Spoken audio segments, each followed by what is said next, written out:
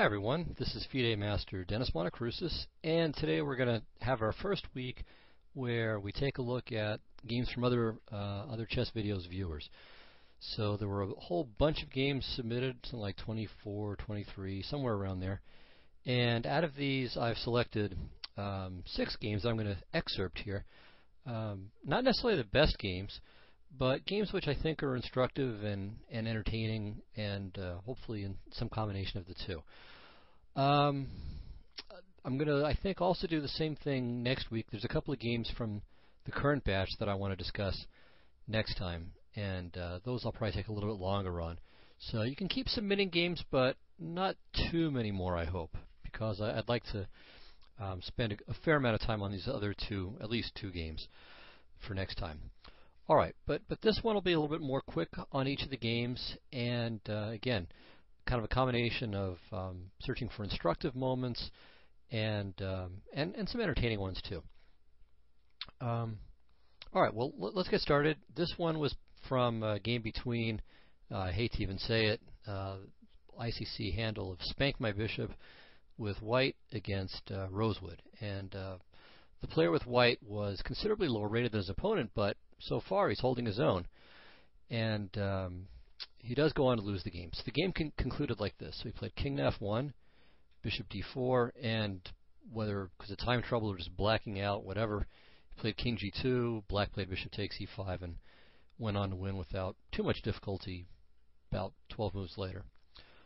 All right, but this is a key position here, and let me invite you to stop the recording here and try to figure out how White's move should strive for a draw.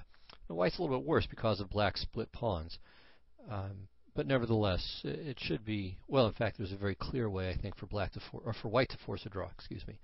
So, what would that best way be? Okay, well, hopefully you've all tried to do it, and the thing to notice is this. First of all, Black's knight is trapped on B2, and it's not that we're going to win it. We're not, but if we can trade it off, we have opposite-colored bishops. Now, what should we know from that point? So let's start with knight to D3, takes, and let's reflect on this endgame for a moment. Now, since both of Black's pawns are rook pawns, we should immediately think of the idea of the wrong-colored bishop. Okay, so if you've got a pawn whose queening square is the opposite color of the bishop, then if White's king is in the corner, there's absolutely no way to force the promotion of that pawn. So all White's king needs to do is reach this corner, and it's a draw. Okay, because Black can win both pawns, and let me use a different color, can win both pawns, bring his king here, push this pawn, White has to give up the bishop for the pawn, and then it's done. So that's all we need to do. So H4, King E2, H3, King F1, King G6. See, notice here, the problem for White at the moment is that his king can't get across here. So he wants to get here, but G1 is taken away by the bishop, and G2 is taken away by the pawn. And so if Black can bring his king up to G3 and then play H2, the game is over. Unfortunately for Black, White is in time with his own counterplay. So King G6, E5, King G5, E6, King F4, King H4, doesn't really matter, E7, and White's just in time. Black can't afford to play King G3 and allow White to queen, so he's got to take, and then King G1, and this is just a dead draw. Okay, so this is an instructive ending, and the way to solve it is just by building off of your knowledge. Once you're aware of this idea of, first of all, opposite-colored bishops having their drawish tendencies, and this bishop plus wrong-color rook pawn idea, you can kind of put things together one brick at a time and find your way to this draw. Okay, so that's our first one. Let's take a look at the next one. Okay, this is a game between Mark Leonard and Kelvin Jackson, and certainly not the cleanest game in the world, but not too bad from White's point of view. Some inaccuracies early on, and then Black more than returned the favor. And then we get to this, and this isn't an especially difficult position. White's clearly winning, but White showed good technique here. And so again, this won't be a challenge for fairly strong players, but for more inexperienced players, this is a very nice position to try to wrap your mind around. Because although White's up a pawn, and it's this beautiful protected passed pawn on d6, it might seem, at first at least, like this isn't going to be so easy for White. Why not? Well, for one thing, if White tries to go, well, if he plays, for starters, like king to e5, Black can maybe take, but more likely even play b5, or at least consider b5 in some positions. So it's not clear just how far White's king can go here, because if he plays, oh, my mouse is kind of going out on me for some reason. Very annoying. All right, and he follows with f6. This king could get a little bit too far afield. So probably he can get away with that, but maybe not. In fact, let's say king e5. Well, okay, it might work just barely, but there are some potential dangers in all of that. So actually, yeah, let's take a quick look. So king e5, say maybe king d8, f6, takes, and now bc5, and let's say the white king comes back, king d7. Okay, probably even here g4 is winning. So it's all right. White's winning margin is a little bit bigger than I would have liked for the sake of the example, but well, yeah. White should still win this, but it's a little closer than necessary. So what I like about White's play is that it's just a very simple, no-nonsense way of handling the position. So there's no real calculation required. It just does the job. So he plays g4. Black retreats, nothing better. And now g5. So the point is quite simple. After h takes g5, he plays f6. gf, h6, and with these split pawns, Black's king has no chance. It can't stop both of them, and his own passers are nowhere near in time.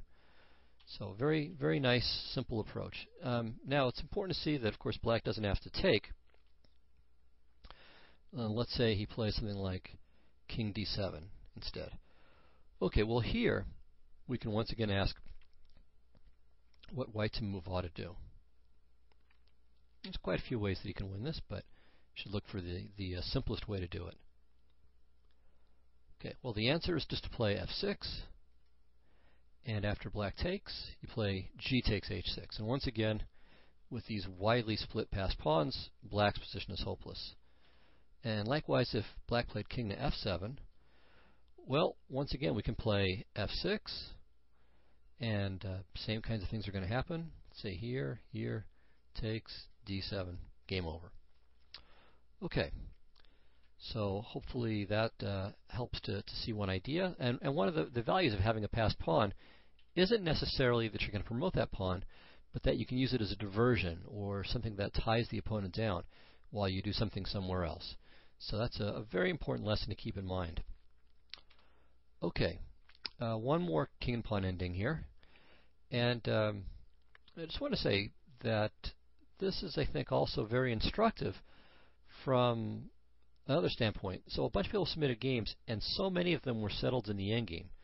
And it didn't necessarily matter. One side might have had a nice advantage in the opening, sometimes a winning advantage in the opening.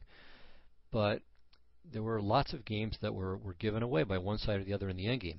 And this shouldn't be viewed as some kind of accident, that what counted was how brilliantly one side played for 45 moves, only to throw it away in the endgame. Because this is just so commonplace and so endemic that one shouldn't have that kind of view that this is, insignificant. Of course, I'm a genius and I just slipped on a banana peel that I shouldn't have been there.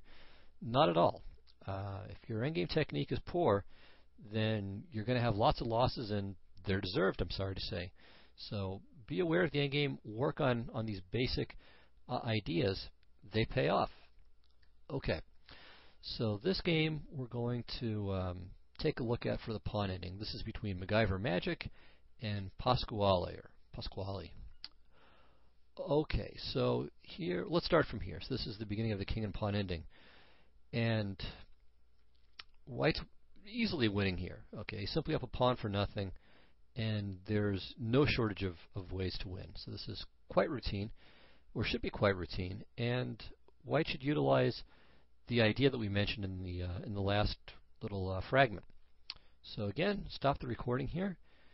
Try to determine what the best way for white to handle this position is, and then we'll take a look at the game. Okay, well, what we should notice, besides the fact that white's up a pawn, is that after something simple like FG, FG, he has the constant potential of creating an outside pass pawn with G4 and H5. Now, he shouldn't do it right away. There's absolutely no reason to do it right away because black's king will simply round off the pawn. And even if white can win, having done that by bringing his king over towards black's queenside pawns, there's just no reason to do it in that order. So the threat is always hanging over black's head of this passed pawn being formed. So the first thing you should do is get your king into the game. So king d2, king e3, king f3, and now next we're going to play g4. And on king e5, let's say king e3, or maybe, well, yeah, king e3 and then c4 at some convenient moment. And basically, at some point, black's king is going to have to go back. The white king will go to e4, and when white's good and ready, he'll play h5, drag black's king over to the king side, and then just gobble up the queenside pawns and win with his eyes closed. So just to give a sample variation how this could work. Okay, so b5. Let's try to grab some space here. Okay, g4, king e5, king e3, and whatever. Okay, it really doesn't matter. a5, and okay, let's play maybe b3, simple pass move, and you know, it really doesn't matter what black does here. Let's say king d5, and okay, now we'll play h5. So here we come. Takes, takes, king e5. Let's say c4. Actually, c4 you got to be a little careful because of a4 tricks. It doesn't work here because cb, cb, king d3, c4, and everything's good. But that's the kind of little trick that you should avoid. So the better move here is simply a4. Much better way of puncturing black's queenside. So let's say it doesn't matter if you play b4, then king d3. So let's say takes, takes, king f5. So we'll just go over towards the pawn. And now just king d3, king c4, king c5, and white can promote the c pawn. It doesn't need to bother with the a pawn, or he can win the a pawn. He can do whatever he wants to. This position is now foolproof. Okay, so that's how the game could have gone, and it would have been very simple. Instead, for some strange reason, white played g4. Now, the idea is to play h5, so it's not really that strange, but it's not really paying attention to black's possibilities. And in fact, with g takes f5, the game becomes really quite complicated, and needlessly so. So white is still winning here, but only with very accurate play. So again, let me challenge you to stop the recording and try to figure out what white's move ought to play. Okay, well, the most obvious move is g takes f5. We'll come to that in a moment. First, let's point out that if h5, hoping to drive the king over for some reason first and then take the pawn, this will actually get black or get white in trouble, give black a better game because he can play f takes g4. The point being that if h6, both sides queen, so h6, g3, and only black can win this ending. So this should be a draw. Probably, but, well, I'm not 100% sure it should be a draw. It probably should be a draw, but obviously black is going to be a pawn up. We'll start the checks first, and we'll have some winning chances. Okay, so you might think, okay, well, I'll play king to d2 then. Stop black's pawn. But then white's just losing. King to e7, and the black king is in the square of the white pawn, and he'll be able to protect his own pawn with f5, so white's just dead lost here. All right, so h5 is a bad move. Okay, how about g takes f5? Well, I think probably this position is actually a draw. I'm not 100% sure. I think there's definitely some room for finesses, but it's the fact that it has to come down to serious finesses for white shows that this is already a serious bunch of errors by white. So gf5, king e7, h5, and now here you have to be careful. There's a well-known little trick here. If king f6, this is a colossal blunder, because after h6, not only can black not take the pawn because the pawn runs, but he can't approach this pawn anymore because this is covered, g7 is covered, and white's simply going to run black out of moves. So he's just going to sit back, wait for black to run out of queenside pawn moves, and then just win. So king f8 is forced. Say king to d2. Well, maybe f6 can be tried. King g7, king e3, king h6, king f4 takes. And the funny thing here is that white is actually in very bad shape. King e5, king g5, and here white has to play extraordinarily accurately just to draw. Okay, forget the win. Now it's about saving the game. The problem is that, leaving aside the queen side, if he plays f6, black can just play king g6, and the white king with its next move will have to give up the pawn. Likewise, if king to e4, f6, again, just as far as the king side is concerned, white's again in a fatal zugzwang. Okay, so we might think c4. This looks like a good move, trying to gain as much space as possible. And the point is that both sides have a little bit of a zugzwang situation. Because if black plays f6, king e6, and we have this kind of mutual zugzwang set up like this called a trebuchet, where whoever's move it is loses. So we have this battle for the tempo over here on the queen side, and with a6, I think black wins it. So if b4, b6, takes, a4, a5, king e4, f6, or f6, king g6, and it's white who runs out of moves first. Then maybe with king d5, maybe it'll be a tie in the queening race. So maybe white's still holding here. So the clearest draw, I think, is with a4, then c4, a5, b5, takes, and this time it's black who has to blink first. King g4, and now king d5, and white just draws. So both sides are going to queen at the same time. So you can work that stuff out a little bit, play with the position a bit. But the point is that, again, it's very much a battle. I think white is the one who has to prove the draw, and so that's just a complete failure given where we started in this endgame. So going back to this position here, after g4, g takes f5. The only winning move for white is g5, because he keeps his pawn safe, while white is going to be able to slowly but surely get in front of this pawn and then win it by a zugzwang down the road. Alright, so that's what black should have done, and makes white prove the win. Instead, black played king to e7, which is an immediate amnesty, but for some reason white didn't take it. So again, just f takes g6, f takes g6, bring the king up, and life is completely simple, and play h5 and bring the king around and win. Instead, for some reason, white played h5. Again, g takes h5, g takes h5, king f8 is, well, it'll just transpose to what we saw before with a draw. Okay, instead, black played g5, which is, again, a really bad move because it, first of all, doesn't regain the pawn, and it makes white's h-pawn now a protected passer. So again, the best thing for white to do is to simply bring his king into the action. He's not going to queen the h-pawn, but the problem for black is that his king is stuck, having to stay within the square of the h-pawn. So black's king can't leave this box. Alright, it can't go out of here, and in fact, it can never even go to f6 either.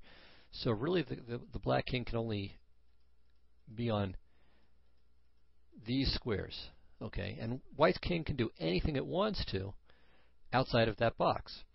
So white's king should just go in at d5, and or via c4, doesn't really matter. And it can just do whatever it wants to on the queen side. Black has no counterplay on the king side, and can't ever eliminate the white h-pawn. So it's quite simple. So instead, white plays h6, and while it doesn't throw away the win, it's just a completely pointless move. All this can do is help black. It doesn't help white at all. So king f8, c4. Again, bring the king up. King g8. Now a good move from white. Okay, he plays b4. All right. Now here, try to figure out what black's best defensive chance is. So black is still lost, but in one variation he can make it very close. Okay. Well, probably the simplest, by which I mean the path of least resistance, is to play b6. Because here white just trades pawns, brings his king up finally, and because of the way the king side is, black's king just takes it forever to get anywhere useful, and white's going to queen the c pawn long before black can promote his g pawn. Okay. Second try is what we'll see in the game. C takes b4. So we'll come back to this. The best move, though, is just to play king h7 to simply disregard the queenside situation. And now if b takes c5, king h6, king d2, king g7, king d3, king f6, king d4, king e7. Here white has to show a little technique to win. So king d5, king d7. And the point is that these doubled pawns are really not very good at all. And in fact, they lend themselves to various Zugzwang situations. So there's no reason why white would play a move like this, but just to illustrate. So let's say king to d4, king c6, a4, f6, a5, a6. And now white's just losing here, in fact. So he's in Zugzwang, he's losing his extra pawn back. But he should also now lose because black gets the outside passed pawn. So takes and takes here, a5, king a4, or it doesn't matter where. Black's going to play king c5 next move. And this is just a win.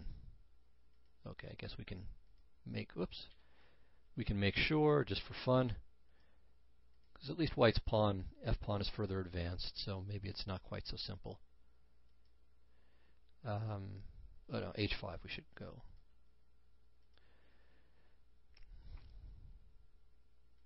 Yeah, okay. This is... Yeah, no, h5 is bad. Alright, so king h4. And, yeah, this is a draw. Alright, so, okay, black can't quite win even that way. The reason, by the way, king h5 is bad, so this is worth pointing out, this little trick. King e7, g4, f6, g3. Okay, both sides queen. But then we have the little skewer. So that's why the king should go to h4, because after both sides promote,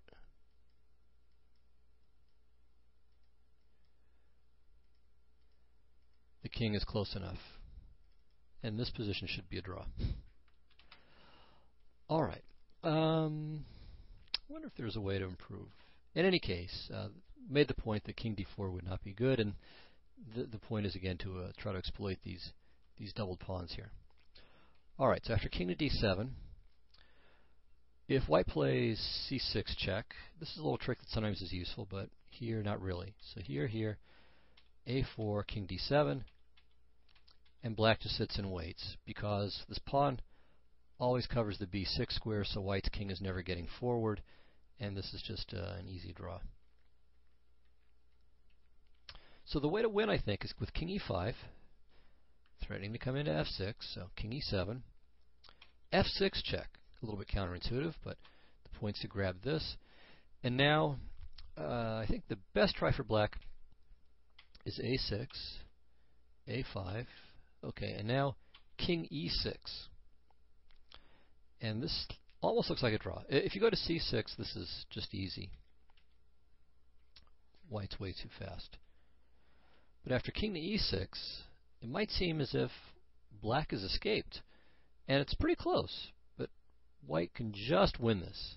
So again, see if you can figure out how. Okay, well, here's the answer.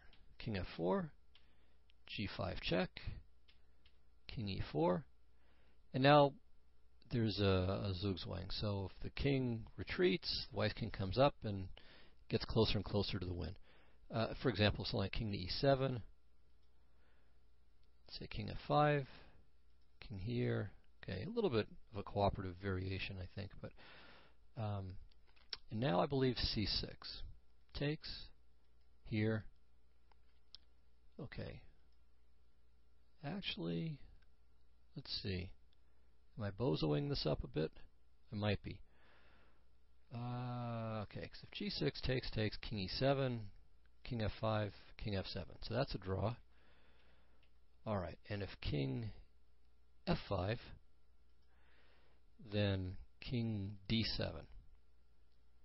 King e5, king e7.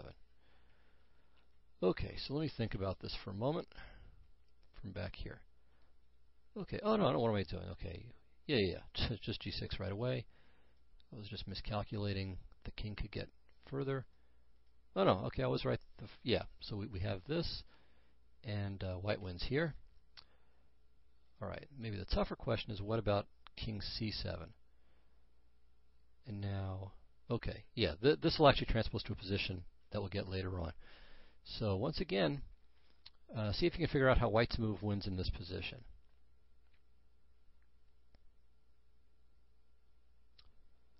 Okay, well the answer, of course, we start with king to d5, king to d7, and now the key move, c6 check. Takes, and now not king c5, but king to e5, king e7, c5, with a winning position, because it's very easy for white's king to win the c-pawn now. It just kind of does a little zigzag until this pawn drops. So, just to show you what that looks like. And the pawn drops. And in fact, both pawns drop. You can actually see quite a bit more of this on my earlier show. It's entitled something like a king and pawn endgame study. And you'll see quite a bit of this outflanking followed by Zugzwang maneuver. Okay, so white's winning here. It takes a little bit of work, but it is there. All right, so that was on king e7 in this position. Okay, the other line is just f6, and we get the same idea. g6, f5, king f4, king f6, push him back. Both kings wiggle across, and now, once again, c6 check, king e5, and okay, well, we already saw king e7, c5 wins, and if c5, there's no opposition draw because white wins the second pawn. So, white can still win after b4, king h7, but it sure is tough. Okay, so again, this is just really, really bad technique by white, pushing this pawn. All it does is give black chances that he just completely doesn't deserve. Alright, well in the game, black took, white took, and now white would like to be able to play c5, b5, c6. And white let him get away with that, or black let him get away with that, but shouldn't have. So king to h7, b5, and now, of course, black should play b6. Unfortunately for black, his king is still too far away, so now if white finally recalls that he has a king, sorry to kind of pick on the player with white here, but it's really important to emphasize, use your pieces, use your king. The fact that white could win here, even with all these inaccuracies, alright, it shows that he had a huge advantage to start with, but at least a couple of times, at least once, I think twice once black had a draw, and then two other times he was extremely close to a draw because of this rather cavalier attitude towards using the king. So use all your pieces, centralize the king, and only use these pawn-only situations if they just absolutely win by force with no calculation required. Otherwise, use the king.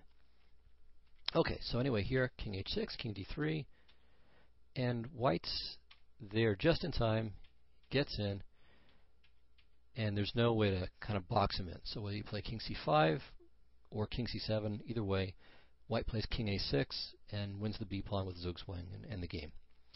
So it's a little bit of a narrow win, but it's there. All right, in the game, black just played king h6, and now after c5, there's nothing to be discussed, and white managed to win with his king on c1 the whole time. And promotes. So wins by a tempo, but that's all you need. Okay, so with that, we leave the realm of king and pawn endings behind, and we'll move on to some combinational situations. Now, this is from a game between Paul Joseph and Eric Mark, And this was kind of an interesting game. Very funny game. So we'll start from here. Okay, and in this position, material is approximately equal. Okay, black's up a pawn. Obviously, his king is not in the brightest of spots. All right, so white played queen g7, black played queen to a5, and for a moment at least it might seem like this is bad for white because, okay, not only because of the double attack, hitting the bishop and the rook, but also because after knight c3, black takes, and when white recaptures this pawn, there, this bishop is hanging. All right, so think for a second here. What should white to move play? We can think for more than a second. Now, in the game, white found a very interesting idea. He played rook takes e6 check, and this is good enough to win. And in fact, white did go on to win, as we'll see in a moment. But while I appreciate rook takes e6, there's another part of me that just doesn't like it at all. And the reason I don't like it is because it's somewhat speculative, and it's needlessly speculative, because the simple b takes c3 gives white every advantage in the position free of charge. So queen takes a4, and now c takes d5. And white regains the bishop, and in fact is threatening rook takes e6. And the rook is going to capture there with no sacrifice at all, if possible. So white gets this massive attack, and it doesn't even cost him anything. Now here, black could have thrown in some rook to g8. So, either rook could go here. But even so, it doesn't fundamentally change the situation. White moves the queen, and when black takes on a4, white plays c takes d5, and is attacking for absolutely nothing. So this, I think, would have been the way to go. So, just as a general rule, if you're winning, and this applies especially to that previous game, that king and pawn ending, if you can win without taking any risks at all, you should do it. So there's no reason to be a superstar when you can win just playing ordinary good moves. Okay, so rook takes e6. Spectacular. It's not bad. It's bad, I think, by comparison, but it's objectively it improves white's position. White is in control and winning. Okay, rook e1, knight e4, cd, king d6, rook e4. Okay, so white is only down the exchange, and black's king is kind of vulnerable. But after king c7, he's kind of crawling away here. And in fact, over the next few moves, black pretty well gets out. So queen f7, king b6, d6, king a7, bishop c6, queen to b6. Should have been played. Okay, so in the game, black played rook a to b8, and white went on to win with a nice conclusion. Okay, rook e7 just piles up, bishop f6 here. And actually, I'm not really sure what's going on here. I mean, this position is far from clear at this point. Certainly, there's serious pressure, but I don't know if it's winning here. I mean, maybe black should play rook takes f3, sack the exchange. Again, not completely sure what the best way to proceed here is. But anyway, white went on to win. King here, and now the threat of rook takes a6 mate was serious trouble, because if king a7, then queen c5, and b6, queen c7, and queen takes b7 mates. And if the king goes back to a8, then rook a6 is mate. So black played queen g6, the only thing you can really do. And again, queen a6 mate is threatened, and black has already coughed up too much material, and is going to have to give up the c-pawn as well, and then probably can't even stop the mate anyway, because after queen d6, king a7, queen here, again, b6, queen c7 with mate next move. And if king a8, then queen to b6, threatening queen takes a6 mate, and nothing to be done about it. I mean, if you move this, queen b7's mate. So, white won a nice game, but, as I said, after bishop to c6, if black plays queen to b6, it's the position is probably objectively about equal now. Certainly, there's a lot of danger in the position. Anything can happen. It's more fun to have white side of the board, but it's anyone's game now. Anything can happen. So going back a few moves to here. Okay, instead of queen takes f7, white's best was queen to g3 check. So it's not immediately apparent what this does, because black still is going to play king to b6. But now white has a nice way to make sure that he keeps a decisive advantage. So try to figure it out from here. Alright, so I gave you the first move, queen g3 check, but there are still some very nice moves to be discovered for white to keep a winning position. Okay, well, the first move is very beautiful, b4. Now, the idea is, well, it's kind of funny. I mean, the problem for black is that the queen is locked up.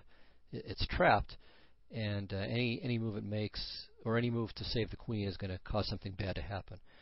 So if queen takes b4, of course, white just takes the queen. If queen takes a4, then bc, and the queen's a goner. And if c takes b4, now queen to e3 check. And that's the whole point of this combination, that we don't allow the black king to kind of hole up on a7. So if queen c5, this just loses the queen right away to rook takes b4. And after king c7, now rook e7 check. Okay, if king to c8, white plays queen to e5 with various threats, including, of course, queen takes h8. But what if king to b8? What should white play here? So again, if queen to e5, then the king runs off to a7 and he's happy. What should we do? Rook to e8 check doesn't do anything. The bishop's under attack. So what's the best move? Well, it is a bishop move, and it's a very attractive one. Bishop to c6. Now, what in the world is the point of this? Well, first of all, of course, we're just attacking the pawn here. Secondly, if b takes c6, now the black king can't go to a7, so simply queen to e5 check is winning. And if rook to a7, let's see what's happening here. Probably queen to e5 check. Yeah, of course, queen e5 check, and the king can't get off the back rank. So after bishop to c6, it's just a decisive advantage for white. Okay, so you see that white is winning, but it requires some really brilliant play. I mean, you have to find this queen g3, then b4, and then bishop c6. So you have to find, two just beautiful moves, one especially difficult move, and the very subtle queen g3. So not at all easy. Whereas after simply b takes c3 in the earlier position, it's just quite simple. So, now maybe white didn't see it because of time, or because it was a little bit panicked, or he just saw rook takes e6 and grew enamored of it. And all these things happen. These things happen to all of us. But generally speaking, I would say, look for the simplest solutions rather than the most brilliant one. You should try to, if the most brilliant solution is the best solution, then great. Or if you're losing, then sure, try to do what you can to make the game crazy. But if you can win simply, win simply. Okay, let me hit one more game. I was hoping to get through 6, but we'll only, I think, get through 5 of them here. And so that'll be one more for next time. Okay, so this is between John Z and Mark L from, I guess, the Massachusetts Championship. And this is a very, very interesting game. White sacrificed a piece, and it was kind of interesting. Probably just good for a draw with best play, but it was quite sharp. And after 49 moves, we reached this very interesting position. Okay, so white's still down a piece, and for only one pawn, but black's king is not especially fantastic. Some of his pawns are loose, and white has more space. So, white has definite compensation here. But whether we can go from definite compensation to something concrete and even winning is another matter. So, white to move, what should he do? So again, good place to stop the recording. Look for the best move you can find, and then we'll discuss it.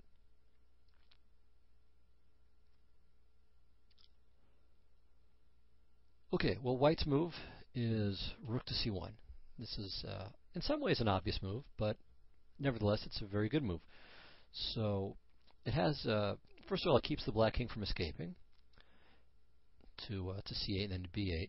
Secondly, there's a slightly sneaky threat to play bishop to e6. And the point is that if the queen moves, then there's rook to c8 or even queen to f8, depending on what black does. So, the black king is in a great deal of danger here, pretty clearly. And but black found a move that was, I think, a good move, and even had the right idea behind it as well, but maybe not the best execution. So the first move is absolutely correct. He plays f takes e4. And this is really kind of a startling move because it seems to simply ignore the threat. So white played bishop to e6. And now figure out what black's move ought to do. Now, we know that moving the queen away is just a loser. So if queen to e8, if queen to e8, then rook c8, checkmate, thank you very much, have a nice day. Or if we go over to c8 to sack the queen, then queen to f8's mate. Again, thank you very much, have a nice day. So black needs to find something a little bit more ingenious than that. And in the game, he chose the move bishop to c7, which is kind of clever. So we're blocking c8 from the rook, and we're discovering this battery, this skewer here along the 6th rank. And it's, again, not immediately evident what white's move should do. If he tries queen to f8, this doesn't seem to get anywhere. Queen f8, queen e8, rook d1, and just rook to d6, and the attack seems to be pretty much over. And black's up a full piece. So, a very clever idea by black, but he missed something. So see if you can figure out what that is. If you haven't already, of course. And the answer is rook to d1. Very good. Now the point, of course, is that if queen takes d1, queen f8 again is mate. Likewise, if rook takes e6, well, once again, funny enough, queen f8 is mate, so there's a pin. So in the game, black played rook to d6, rook takes d6. And if queen takes d6, once again, queen f8 is mate. So this is just winning. Black played bishop takes d6, white took, and then started collecting pawns. And the game went a little while longer, but the issue's never in doubt. White's just plain winning here. Okay, so what did black miss? What could black have done better in this position after bishop to e6? I mean, bishop to c7 looks right. It uncovers the rook. It blocks the path to c8. What could be finer? Well, the answer is that black has bishop takes b4. And the importance isn't that we're grabbing the pawn, but rather that after here, first of all, rook to d1 doesn't do anything. See, the problem with bishop to c7 is that it becomes part of the mating net. See, now, in the position we looked at after rook to d1, queen takes, queen f8, the bishop is helping to smother the king. So by playing bishop to b4, we avoid that pitfall. Now, the advantage for white is that he can play rook to c8 and win the queen. So that's all well and good. Queen c8, queen f8, here. And now, key move, rook to a8.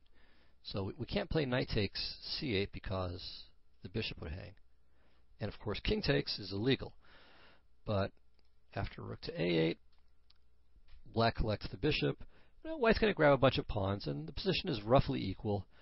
Hard to say who's better, but I think black is probably a little bit better. I think because of the b pawn. So that the three pieces with the b pawn's help should be a little bit better than the queen. But it'll be a tough game. So black could have just escaped, and but a very nice idea by the winner, by John Z. So he definitely came up with a very clever idea. And really, the whole game was quite a good one. So you might want to take a look at that in the post. All right. Well, I think that's enough for the one show. And again, next week we'll look at two or three, or at least I would like to look at two or three more of the games that have already been submitted. I think after next week, maybe I'll go back to a quote-unquote normal show. But I like this idea a lot, and I want to keep doing this at different points in the future. So I hope you enjoyed this. I look forward to your feedback.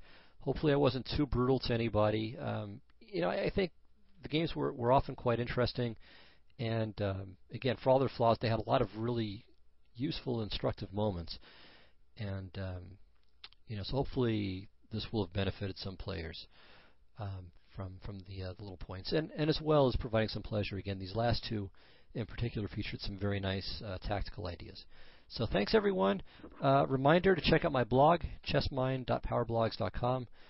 The World Championship is about to start next week, and I hope to have lots and lots of coverage. For those of you who aren't catching this as I record it, but later on, that's October 14th, 2008, that the Anand Kramnik match is going to start. So once again, thank you, everyone, and I'll see you next week. Bye-bye.